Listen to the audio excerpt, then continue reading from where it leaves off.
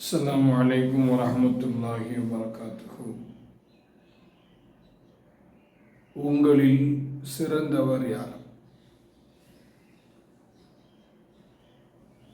قال سبحانك لا علم لنا إلا ما علمتنا إنك أنت العليم الحكيم. قال الله تعالى علم القرآن خلق الإنسان علمه البيان صدق الله العليم. قال نبينا عليه الصلاة والسلام خيركم من تعلم القرآن وعلمه أو كما قال عليه الصلاة والسلام. அனைத்து புகழும் புகழ்ச்சியும் தேக வல்லோனாகிய அந்த அல்லாஹ் சுப்ஹானஹு வ தஆலா ஒருவனுக்கே உரித்தாகுக. சாந்தியும் சமாதானமும் நபி நாயகம் ஸல்லல்லாஹு அலைஹி வஸல்லம் அவர்கள் மீதும் அவர்களை வழிவந்த சத்திய தோழர்கள் மீதும் குறிப்பாக இந்த உம்மத்தினர்கள் அனைவர்கள் மீதும் என்றென்றும் நின்று நிலவட்டுமாக என்று கூறி, மனிதன் கல்வி மூலமாகத்தான் சிறப்பு அடைகிறான் என்பது குர்ஆன் ஹதீஸ் நமக்கு சொல்லித்தரக்கூடிய உண்மையான ஒரு வெளிப்பாடு. கல்வியின் மூலமாகத்தான் மனிதன் சிறப்பு பெறுகிறான், அதில் எந்த சந்தேகமும் இல்லை. அதனால தான் அல்லாஹ் தஆலா குர்ஆனை நாம் கற்றுக் கொடுத்தோம் என்று சொல்கிறான். அர் ரஹ்மான் என்று அத்தியாயத்தினுடைய ஆரம்ப வசனம், அர் ரஹ்மான் அல்லமல் குர்ஆன், குர்ஆனை நாம் கற்றுக் கொடுத்தோம்.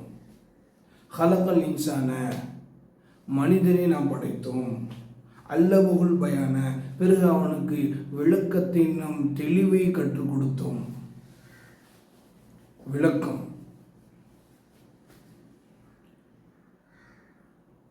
அப்போ இந்த குர்ஆனை கொண்டு அல்லாஹ் தஆலா நமக்கு நிறைய விஷயங்களை கற்றுக் கொடுக்கிறான். பெருமானார் ஸல்லல்லாஹு அலைஹி வஸல்லம் அவர்கள் ஒரு ஹதீஸில் இப்படி கூறுவார்கள், கைருக்கும் மன் தஅல்லமல் குர்ஆன வஅல்லமஹு, உங்களில் சிறந்தவர் தானும் குர்ஆனை கற்று அது பிறருக்கும் கற்றுக் கொடுப்பவரே உங்களில் சிறந்தவர் என்று நபி ஸல்லல்லாஹு அலைஹி வஸல்லம் அவர்கள் கூறியுள்ளார்கள். இப்போ குர்ஆனை தான் மட்டும் ஓதினால் போதாது, அதை பிறருக்கும் அதை நாம் எத்தி வைக்கக்கூடிய அந்த பொறுப்பு, கடமை நமக்கு இருக்கு என்பதை இந்த ஹதீஸ் நமக்கு உணர்த்துகிறது. உலக வாழ்க்கையில் இன்னைக்கு எவ்வளோ விஷயங்கள் இருக்கு. அதில் குறிப்பாக சொல்வதாக இருந்தால் குர்ஆனை போன்று ஒரு லேசான ஒரு நூல் இந்த உலகத்தில் கிடையவே கிடையாது. அல்லாஹ்வே அதை பற்றி சொல்கிறான், வலகத் யஸ்ஸர்னல் குர்ஆன லிذிக்ரி, விளங்கி கொள்வதற்காக வேண்டி அதை நாம் லேசான முறையில் நான் செஞ்சிருக்கிறோம், இறக்கி வைத்திருக்கிறோம். படிப்பதற்கு வேண்டி, ஓதுவதற்காக வேண்டி அதை நாம் என்ன செஞ்சிருக்கிறோம், லேஸ்.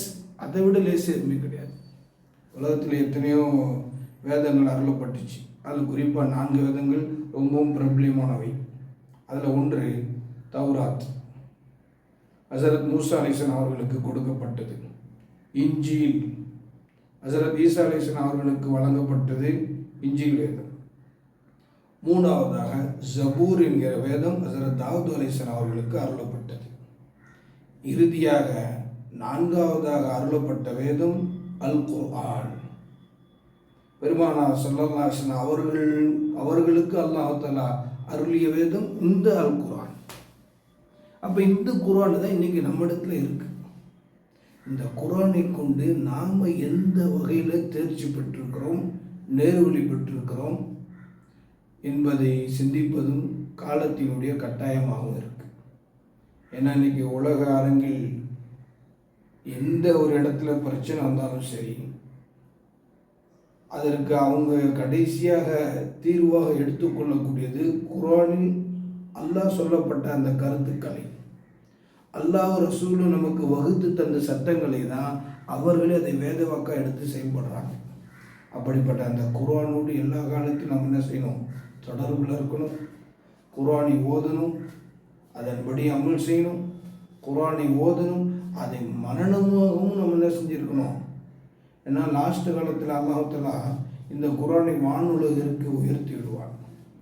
அப்போது பார்த்தோம் அப்படின்னு சொன்னால் வெறும் காகிதம் மட்டும்தான் இருக்கும், எழுத்துக்கள் எதுவும் இருக்காது. அப்போ அது போன்ற ஒரு நிலை வருவதற்கு முன்னால் குர்ஆனை நாம் என்ன செய்யணும்? அதை படிக்கணும், ஓதணும், மனனம் செய்யணும். அதன்படி செயல்படுவதற்குண்டான வழிகளை எல்லாம் அல்லாஹ் நமக்கு இலசாக்கி தருவானாக. வாஹிரு தஅவானா அல்ஹம்துலில்லாஹி ரப்பில் ஆலமீன். அஸ்ஸலாமு அலைக்கும் வரஹ்மத்துல்லாஹி வபரகாத்துஹு.